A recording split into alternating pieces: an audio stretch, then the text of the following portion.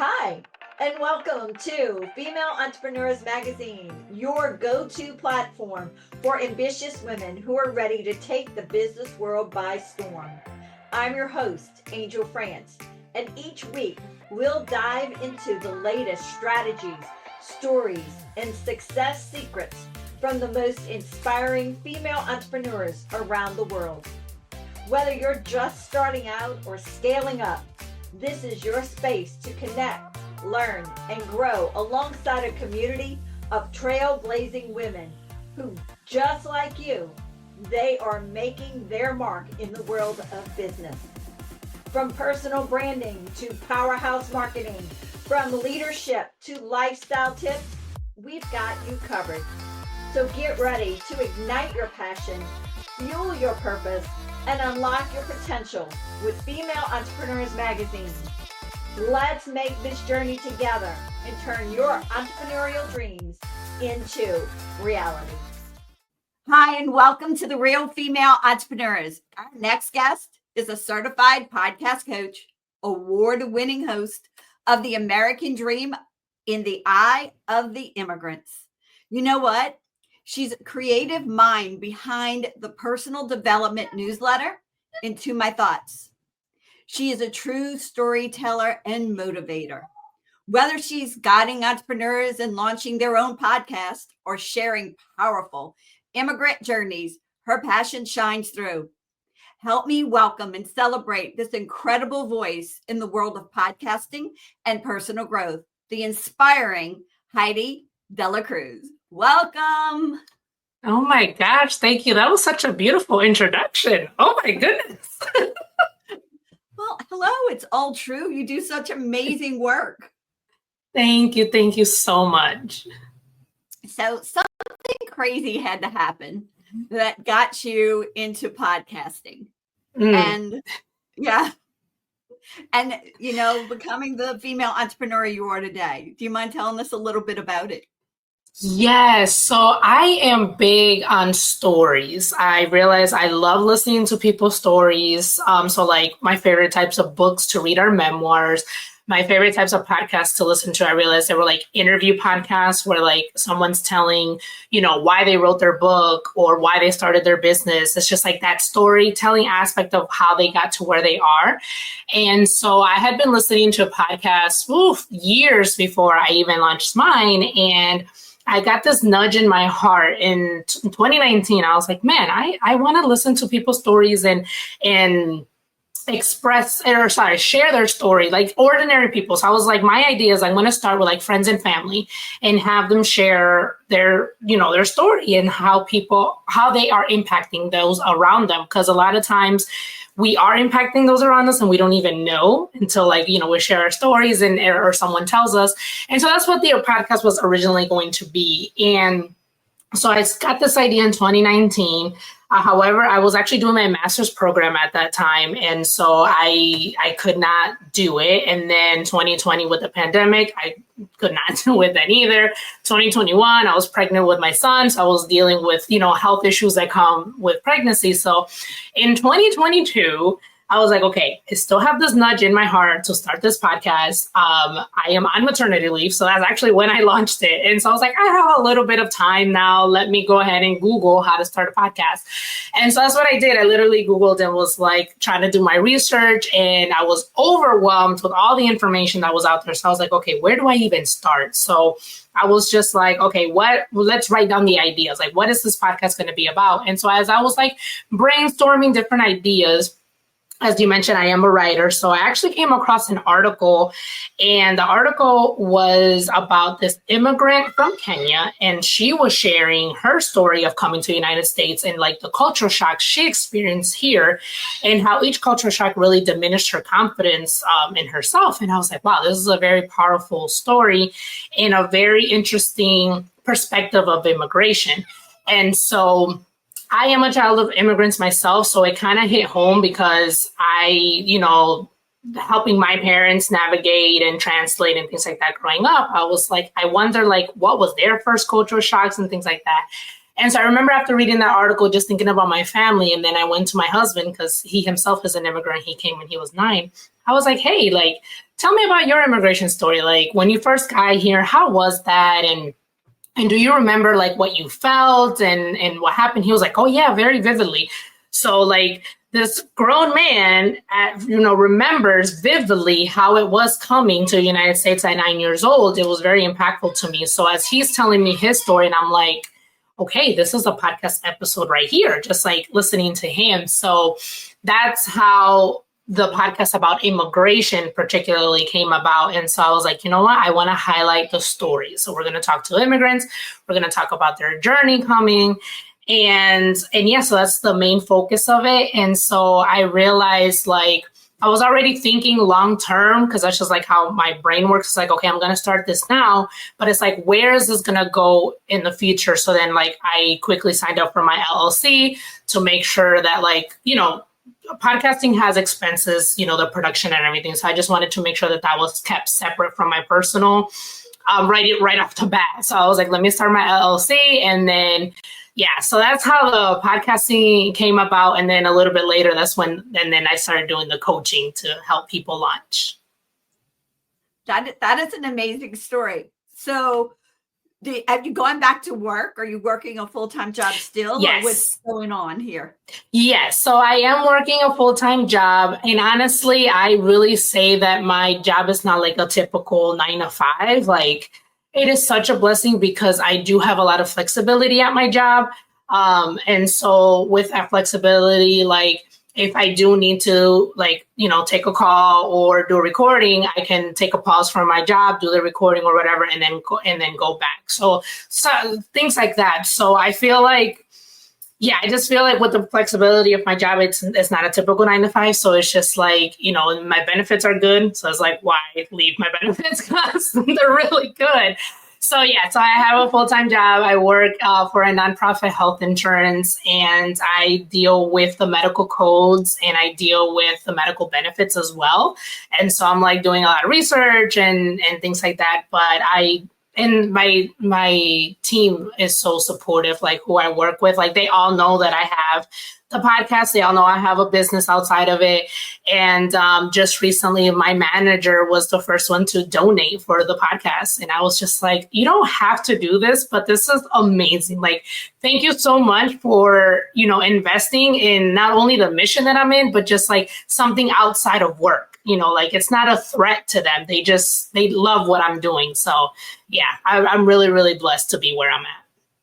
And I love the fact that you're willing to share that with us, because most female entrepreneurs do have a full-time job on top of doing what they're doing, or they have 3 jobs, including what they're doing. I've been known to do that. I've had full-time jobs with flexibility, a lot like yours, or I've started other businesses. So I am an insurance agent. How about that? And I specialize in health. Yeah.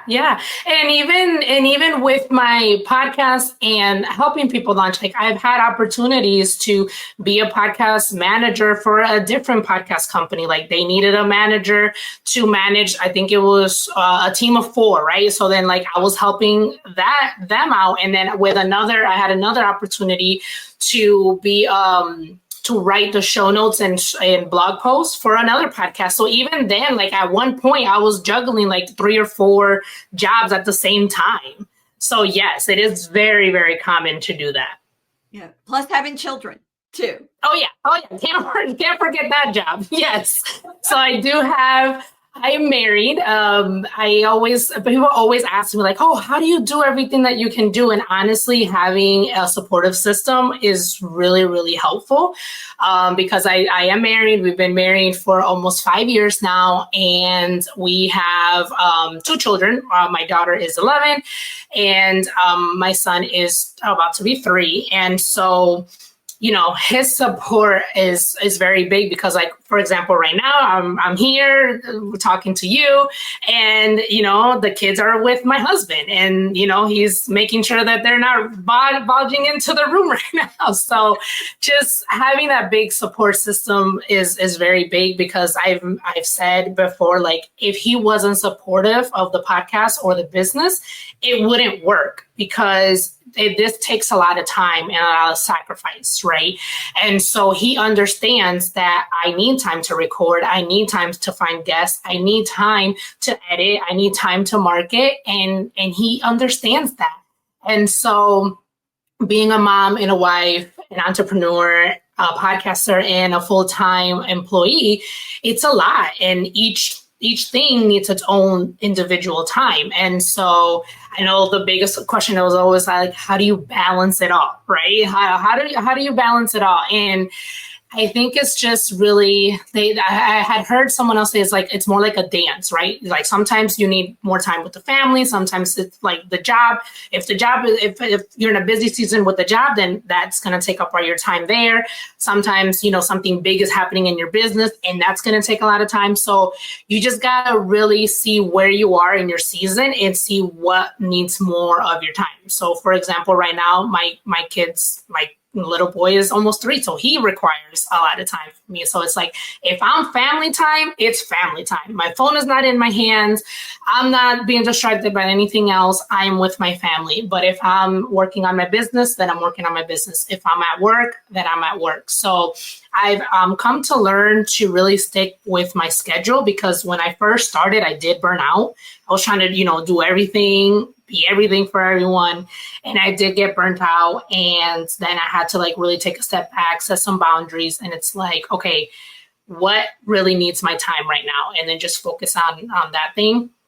And so I'm really big on my schedule. So if it's not on my Google Calendar, it's not happening. And so really even scheduling family time. It sounds crazy, but if you really go by your schedule, then you should be able to have time for everything. And even rest, right? We even have to schedule in rest, because it's not, we're go, go, go. The business needs this, my job needs that, my kids need this, and it's we need to rest and recharge. So balancing everything is just going by my schedule, really. It's the dance. It's the try and Yes. the dance that make it happen. Who you surround yourself with that can help with the things that you need help with. Yeah, that is really big. Yeah. So your husband is the main thing for the children, it sounds like. And then there's other, and he loves it. Things. Yeah. He loves it. Oh, he loves it. Yes. To him, because he's had, he's not an entrepreneur, but he's had a stable job, and he's been with the company for almost 20 years now that he works. So he knows what he's doing, and things like that. But to him, providing for the family and just being there for the kids, that's his fulfillment, right? For me, it's doing this and being with my family, of course, and my family fulfills me, but he's not an entrepreneur. He just doesn't have that spirit in him. So he's just being a supportive husband, being the dad, and being the provider of the family, that's his thing. And then he's just he called it that he's a backstage husband. He's behind the scenes. He was I don't want people to know me. I'm just behind the scenes. And I'm just okay, fine. But I always tell people if it without his support, I really wouldn't be able to do everything that I'm doing. And I agree. I've been married for, I think, please don't tell him, I don't remember, 30 something years. And on top of that, when we dated, all right, he would sleep on my sofa while I was working. I was a reporter, and I would I was doing editing and stuff, and he would fall asleep watching TV. And I'm like, okay, this is how we dated. All right. And you know what? Life really hasn't changed much. Aww. Yeah. Still editing or doing, work and stuff. Yeah. Yeah. So that was always fun. So what do you do? What advice do you have for female entrepreneurs or who are striving to become an entrepreneur? They're just like you had that nudge in your heart. What advice do you have for them? Yeah, so I would say that that nudge is there for a reason. There's a reason why you got this idea. There's a reason why, especially if it's something that you've had in your heart for years and it's not really going away. Like that's how you really know it's like, okay, something's here. And, we all have a purpose here. And so my biggest advice is always to reach out to someone who is doing what you want to do to get advice. So for example, if you want to start a podcast, reach out to a podcaster. If you want to write a book, reach out to an author. If you want to start a blog, reach out to a blogger, etc. Because more often than not, people are willing to help and give advice. And you can also learn a lot from their mistakes. You can also learn a lot from them. I mean, obviously, we learn ourselves from making mistakes ourselves, but there are mistakes that can be avoided if you get advice from somebody. So I always like to say to reach out to someone who's doing what you want to do. You don't have to do any of this alone because it can get lonely especially in the beginning. If you don't know another entrepreneur around you, like for example, me, like there's not really entrepreneurs in my family.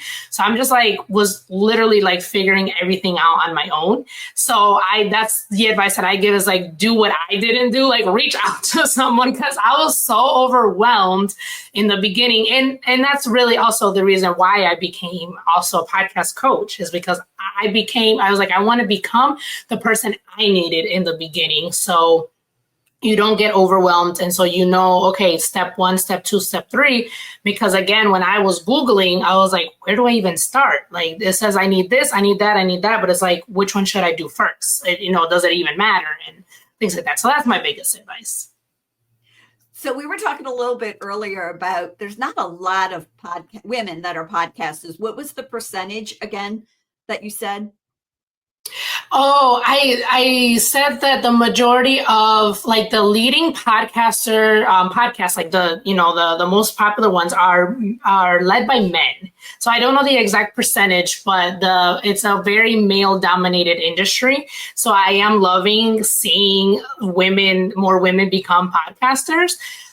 Because we need our voices out there to be heard as well. So if someone's struggling, just thinking, okay, I've started my podcast, but it's just not going through what it needs to go through to get the numbers or increase or monetize it, what would be one suggestion that you would have for them? Yes. So definitely look at your content and then look at your schedule. So are you being consistent with publishing your episodes? So yes, one of the biggest questions that I always get is how many episodes do I need to release to be successful, right? The thing is that success is different for every podcaster because it depends on your goals and it depends on why you started your podcast, right? So the biggest advice that I tell clients is you got to take a look at your schedule and see how many episodes you can publish consistently. So for example, for me, you guys have heard I do a million things. So when I first started my podcast, I was okay, what's going to work for me is publishing every other week, right? So my podcast has been bi-weekly for 2 years. I publish every other Tuesday without missing a beat. So I've been doing that for 2 years. However, since the podcast is growing and I realized, okay, I can release more episodes. So I am about 9 months ahead of schedule. So I'm recording now and the episode is not going to be released until 9 months later. So I'm okay, this podcast is growing. I need to release more. So now I'm moving into a weekly schedule, but just do what works best for you so that you can stay consistent. Because that's really what is going to drive the success is the consistency. And then also make sure that you have time to produce quality content, right? You don't just want to produce a weekly show, but your content is not good. Just produce a show just to say that you're doing it. No, we want to be consistent, and then we want to produce quality content. And the way that you produce quality content is by, brainstorming, taking that time to research, taking that time to get your ideas all out, have an outline for each episode, because one of the worst things, especially if you're doing a solo episode, one of the worst things is you telling your audience that you're going to be talking about this topic, but then halfway you're on a whole different tangent. No, let's stay on topic. let's, give the people what they want. And if, so staying organized. So that is my biggest advice, is like take a look at your schedule and seeing what you can do to stay consistent, and let your audience know if you're going to change from a weekly show to a bi-weekly show or vice versa. Then let them know, like, hey, schedules change, things happen, and this is what I have to do right now. Stick around. If not, that wasn't your listener. And I agree with you. That biggest tip, I love the fact that you're 9 months out, because yeah, that is our goal right now, is just to make sure that we have everything out 6 to 9 months. Yeah. For some reason, it just makes you so much easier for everything to flow and for the content to work. Yes. And then if you need to take a break, you're good for X amount of time because you have content there. So that's definitely something that I've done. I took a break from recording, I think for like a month or two. I was like, okay, I'm not going to take any guests right now. I'm just going to focus on getting the content out. And I was able to just be a guest on podcasts, because I do both. I host, and then I'm also a guest on podcasts. And even sometimes being a guest on podcast, I've had to take a break, and it's like, okay, I'm not gonna be on any podcast for this month or 2 months, and I'm just gonna solely focus on content. So you have that flexibility with podcasting, which is great. And that's why it's great for female entrepreneurs too, because yes, of that. And expand their business so others know what they're doing specifically.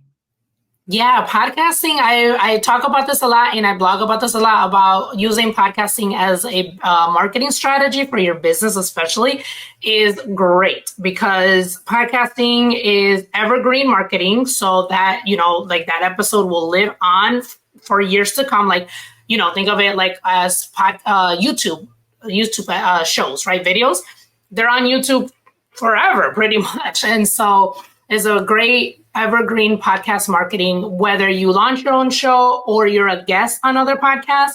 It's a really great way to get in front of other people and in front of other audience, so people know what you do, who you are, and how you can help them if they need your services. So knowing what you've known now in business, okay, what would you go back and tell your 18-year-old self? Oh, my 18-year-old self was going through a lot. She was still trying to figure herself out. So I would definitely tell her, you're actually going to do something that is not even in your mind right now. Because at 18, I was also trying to struggle, like, what do I want to do for the rest of my life? Like, I feel like that's such a big decision to make at 18. And I had no idea what I wanted to do career-wise. And like, now I'm doing something I just completely didn't even think of. So I will tell her to be gentle with herself, to love herself, and to know that she will figure it out. And don't you realize that we had to go through those moments, everything that we've done up to now, we had to do those things to be able to give us the knowledge of what we're doing now.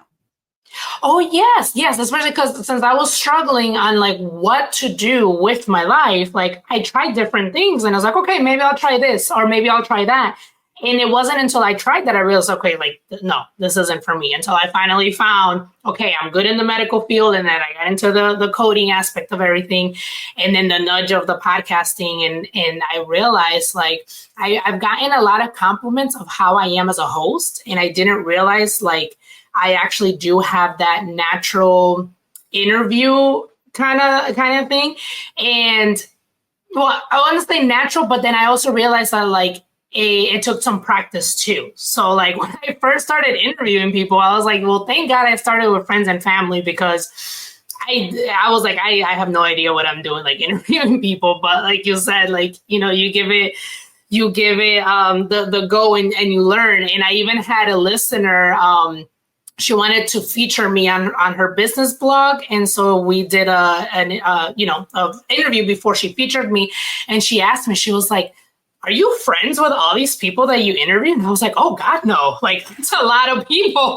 And she was like, because when you talk to them, you sound like you're talking to an old friend. And I'm like, well, that is amazing. Thank you so much. I was like, but no, these are all just people from the internet. Like it's from all over the world from the internet. But no, I don't know. I don't personally know all these people, but I'm really glad that that's what's coming across. Like, these are all my friends. Like, that's great. Yeah, when that happens to you, you go, okay, so yeah, make people feel comfortable. They're happy. Yeah. Yeah, that's the whole thing I think about podcasting and YouTube, especially doing interviews like we're Yeah. doing, is just making people feel relaxed and not feel pressured. Yeah, exactly. Yeah, because a lot of times they are talking about their immigration story for the first time. So like they sometimes are nervous and things like that. I'm like, no, we're just gonna have a conversation. It's it's gonna be good. And then you can tell like towards like the middle of the conversation, they're like more relaxed and are just like we're just talking. Yeah, they're just chilled. Yeah. All right, now that we went back, let's go forward. Do you mind giving us a tip on how you actually plan for the new year? Yes. So I am a big person of goals and vision boards. So I really like to set goals and then the steps on how I'm going to reach those goals. And so in the beginning of the year, I set that out. And then towards the end of the year, I actually do a recap of the year. So how long have I been doing those recaps? I've been doing them for a while. And I actually break it up by month. So it's like, okay, what happened in January, February, March, throughout all the months. And it's really crazy to look at and see. It's like, okay, I set this goal out. I have it on my vision board. I achieved it. Or what also happens is like, okay, I didn't achieve that, but this happened instead. So something that wasn't even, a goal or wasn't even on the vision board, but it really happened. So I really like to do that. So every year I start out with goals in different aspects of my life, right? So business goals, podcasting goals, goals with the family, goals with my husband. That's like, okay, what are we trying to work on this year? Because, one year we really wanted to tackle our debt. So we were able to do that and take care of that. So different aspects of areas of my life. So definitely in the new year, going to do a vision board for my podcast. I'm going to write a blog about it so other podcasters can join as well. And I'm going to share a vision board digital template for podcasters so they can download that as well. So if anyone would like to join in, we can definitely, check that out on my website, HeidyDelaCruz.com. So that will be released in the new year. So that's how I get ready, writing down goals and making a vision board. Yeah. So what is one thing, if you don't mind sharing, one thing big that you're planning on doing in the new year that we need to keep an eye out for? So actually my biggest goal for next year for my podcast is actually sponsorship. So I have been self-funding, the podcast for the past 2 years, and I do everything for the podcast. So I reach out to guests, I record, I edit, I market. And so what I really want to do is add an editor to my team.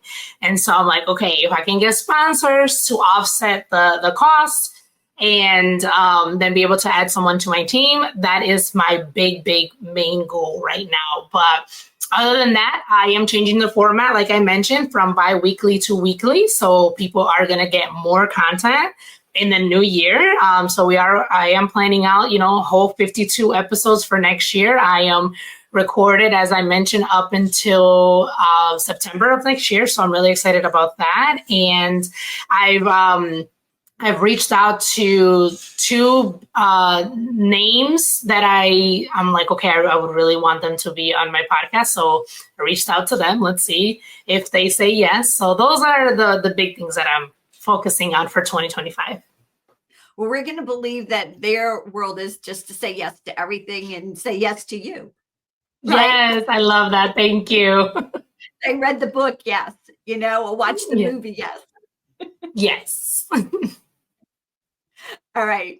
What is like a strategy that you did in business that helps you scale your business that most people were like, you might not want to do that? Oh, that is a good one. I actually took a step back from social media. So I was actually really burnt out with Instagram, and I realized I was doing a lot of short video content, right, for social media, trying to scale. And I was not happy doing that kind of marketing. And I was like, this is not working for me. So actually for this year, I took a step back from social media and I just solely focused on networking events and blogging. So SEO and Pinterest. And yeah, this has been I want to say my most successful year in business after realizing that social media or Instagram specifically was just not working for me. Because I feel like when we think of marketing, I feel like social media is the first thing that comes to mind. But it's like that's not the only way to market your business. Like you really can get in front of people and things like that. So like this year I did a few webinars for podcasting, and I had a few clients sign up because they saw the webinar. And then I did my first virtual summit for podcasting. And so I made connections that way. I was in a speaker directory so people can hire me as a speaker for their events. And so I've just made so many connections that way that it was not even from Instagram or anything like that. So yeah, so that's one of the things that I did this year. And I was just like, you gotta find what marketing strategy works for you. You don't necessarily need to follow what everyone else is doing. It's just like, where is your audience and what marketing strategy do you enjoy? As a writer, blogging, I enjoy creating blogs every week, providing podcasting tips so people can know that I know what I'm talking about, and they can see that I am providing valuable content on a weekly basis. And then, once they see that, then, they sign up to be my, to work with me. Like I had my most recent client, she told me, she was like, she came in through a referral, but she did tell me, she was like, I did check out your website to see like if you were legit or not. I was like, oh, okay, well, I'm so glad you find that I am legit. And it was God sent, that client. She was really, really excited to work with me. I was really excited to work with her. And, she's left me such a beautiful review and testimony. And yeah, it's been really great to work with her. Yeah, and let's go back to Pinterest, because I find Pinterest is one of the best search engines. What about you? Yes, it definitely is. So I definitely create a pin. Well, I have a VA who does it for me. She creates pins for each of my blog posts, and then, she schedules them out. So for each blog post, she creates 5 different pins. And I realized that like that is where a lot of my traffic is coming from Pinterest, because they see the pins and it's, about podcasting tips, maybe a question that they had about podcasting. I'm answering that question in the blog post. And so people are, saving the pins, they're going to it and then checking out the Stan store to see my digital product, my podcast course, and things like that. So Pinterest is definitely a good marketing strategy because it's heavy, SEO heavy, but it's also evergreen. So like one of my most successful blog posts was written in 2021, and it's just like it's still generating traffic. So it's like once you get once you get it down, like it takes a while for the traffic to come, but once you get the traffic, it's just always coming. It's just always coming. So definitely utilize Pinterest as best as you can. So utilization is key of any platform that they use. However, certain ones work for certain people, other ones work for others. Mm-hmm. Depends upon you, your personality, and how it works. Like Pinterest is on my goal list for next year. So I'm glad I'm talking to you. Thank you. No, you're welcome. So if you had a superpower for just one day, 24 hours, what would it be? Man, I was thinking about this. I think I would want to teleport because I just want to travel and see so much of the world. So if I had 24 hours that I could teleport anywhere, like I would just like try to go to as many places as I can. Would you go for business or just for pleasure, fun? What would you do? Pleasure, just for pleasure. Like I am big on learning about different cultures, and having a podcast about immigration really helps with that too. But I also love trying new foods. So I'm just like, I want to travel to just try food. Like that's all I want to do. So yeah. That would be fun. Yeah.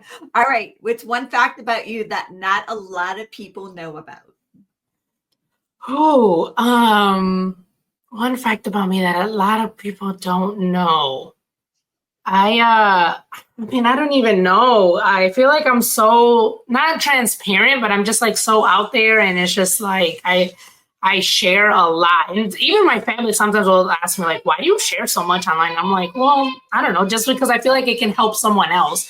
So one fact that a lot of people may not know about me, oh, this is so hard. So I'll tell you mine. You want to know mine? Okay, yes, please. I'll tell you mine. Maybe it'll help you.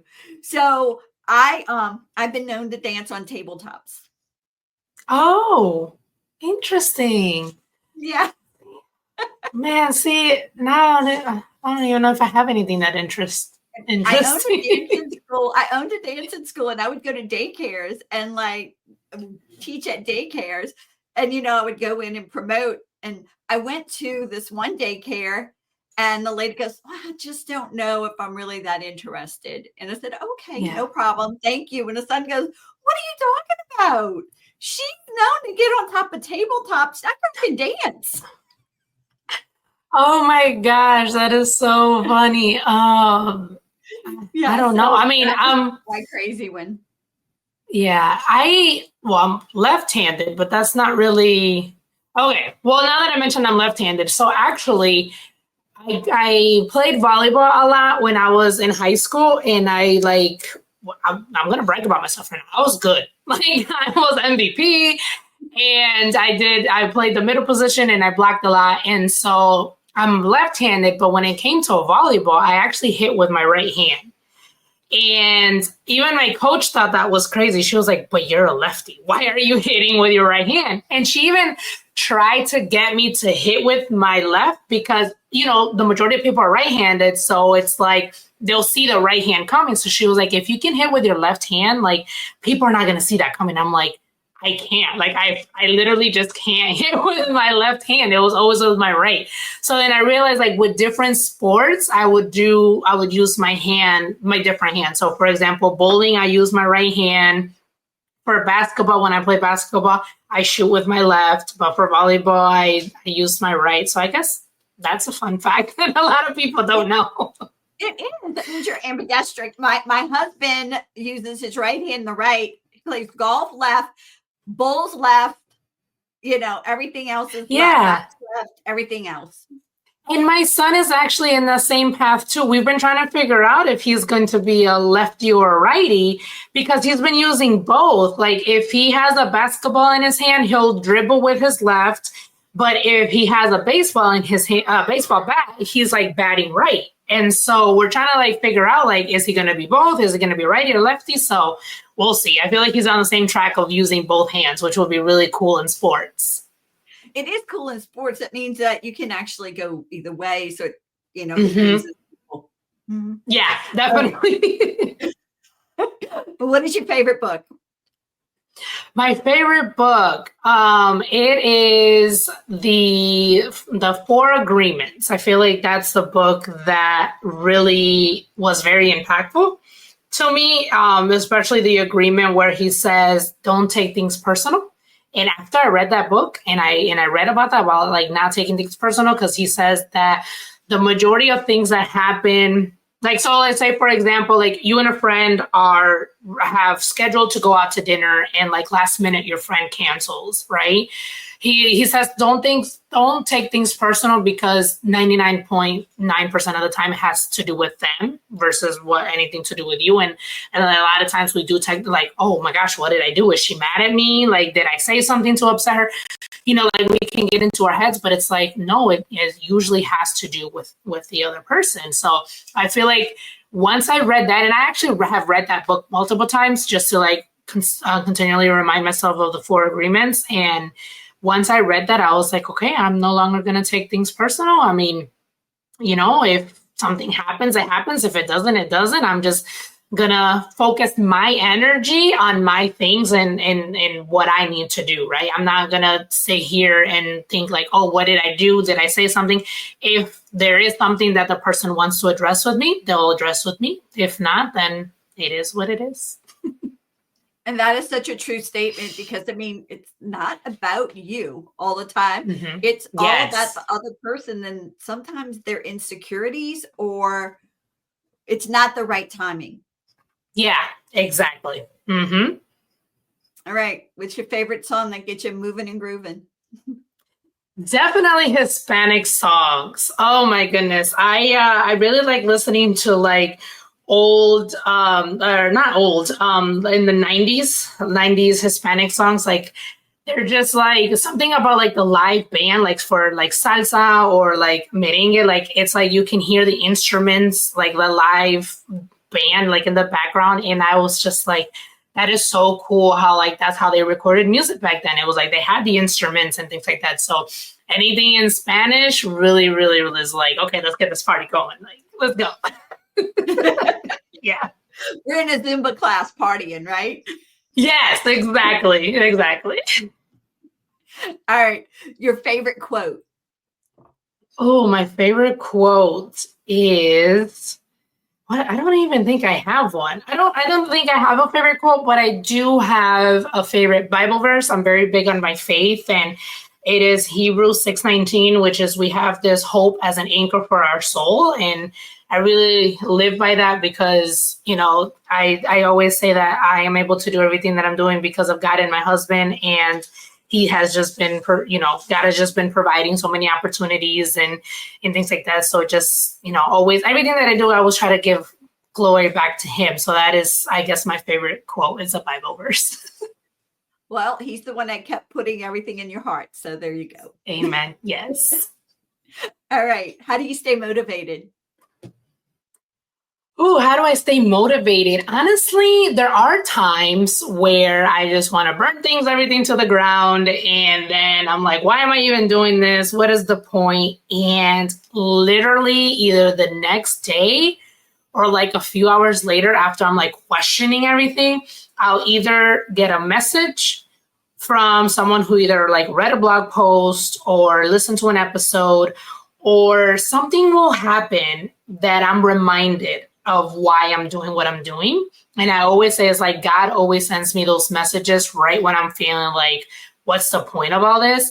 And that's really what keeps me motivated. So what I like to do sometimes too is I'll take screenshots of either messages or comments or, you know, anything like that to like really look back on, to kind of reflect. It's like, oh my gosh, okay, this happened, you know, this blog post really impacted one person. And like that's what keeps me motivated. It's just like the feedback that I get from either listeners, clients, friends, family, those who read my newsletter. So yeah, that's what keeps me motivated. So what is the best way for our audience to stay connected with you?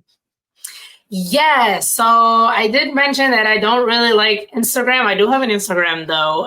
You can find me on there. It is, my username is my name, Heidy de la Cruz 13. I'm also on Threads with the same username. You can always check out my website, HeidyDelaCruz.com. And I think those are the main ones, yeah, that I have active. So there you go. So is there anything else you'd like to share with our audience? I would like to share that, like I mentioned before, just to highlight that again, is like if you have something nudging in your heart that you want to start or a project that you want to do, go for it. Go for it. There's a reason why it's in your heart. And sometimes you need to do things to realize if that is what you want to do or not. Because to me, it's better to live with, okay, I tried it, but it didn't work out, versus what if. So before I even started, you know, my podcast and the business that I have now, like I did other projects. I sold notebooks, I sold t-shirts. What else did I do? Planners. Like I did other little things before I realized, okay, this is not really what I want to do. So try it, try everything, try as much as you can, because our time is short here. And I would rather live with, okay, I tried it and this is what I learned, versus like, man, I really wonder what would have happened if I would have started that business 10 years ago, you know? So just go for it. So I'm going to add to that and just tell you that to create this magazine has been on my heart for over 20 years. And I had people tell me I was crazy, blah, blah, blah, you know, on and on and on. 10 years after that, I actually went to GoDaddy and acquired the name Female Entrepreneurs Magazine. So I've been having it for 10 years. July, somebody looked at me and said, Angel, what in the hell do you really want to do? And yes, I said the word hell. So what do you really want to do? And I said, I really want to do a magazine. And they're like, why are you not doing it? Yeah. And I'm like, and so that is what happened. So that was at the end of July. September, the beginning of September was our first issue. And we have had a blast ever since. Yeah, and as long as you have, as long as you have breath, as long as you're here, you have time to. Because there's a lot of thing that a lot of people do is like, oh, I don't have time, or I'm too young, or I'm too old, and it's like, no. We're gonna get that out of our heads. If you are here and you are breathing, you have time to do it. So go for it. Reach out to someone who's doing what you want to do. What is the worst that can happen? What's the worst that can happen is you realize that's not what you wanted to do, and then you do something else. Or the best thing that can happen is that you fall in love with what you're doing, and it brings you so much joy, and you light up talking about it, and you finally feel like, man, this is my purpose. And that's exactly how I feel with my podcast. Yep. Well, Heidi, thank you for being here. You're amazing. I loved having you. You're so authentic. I love it. Thank you. Thank you so much. That is like the best compliment ever. Thank you so much. Thanks. Bye. Thank you so much for tuning in to this episode of Female Entrepreneurs Magazine. I hope you found inspiration, actionable tips, and a sense of connection with our incredible community of driven women. Don't forget to hit that subscribe button, leave a review, and share the episode with fellow entrepreneurs who are ready to elevate their game. Remember, your success is just the beginning, and we're here to support you in every step of the way. Until next time, keep shining, keep thriving, and remember, you have the power to create the business and life of your dreams. Stay inspired, and I'll see you in the next episode. Bye.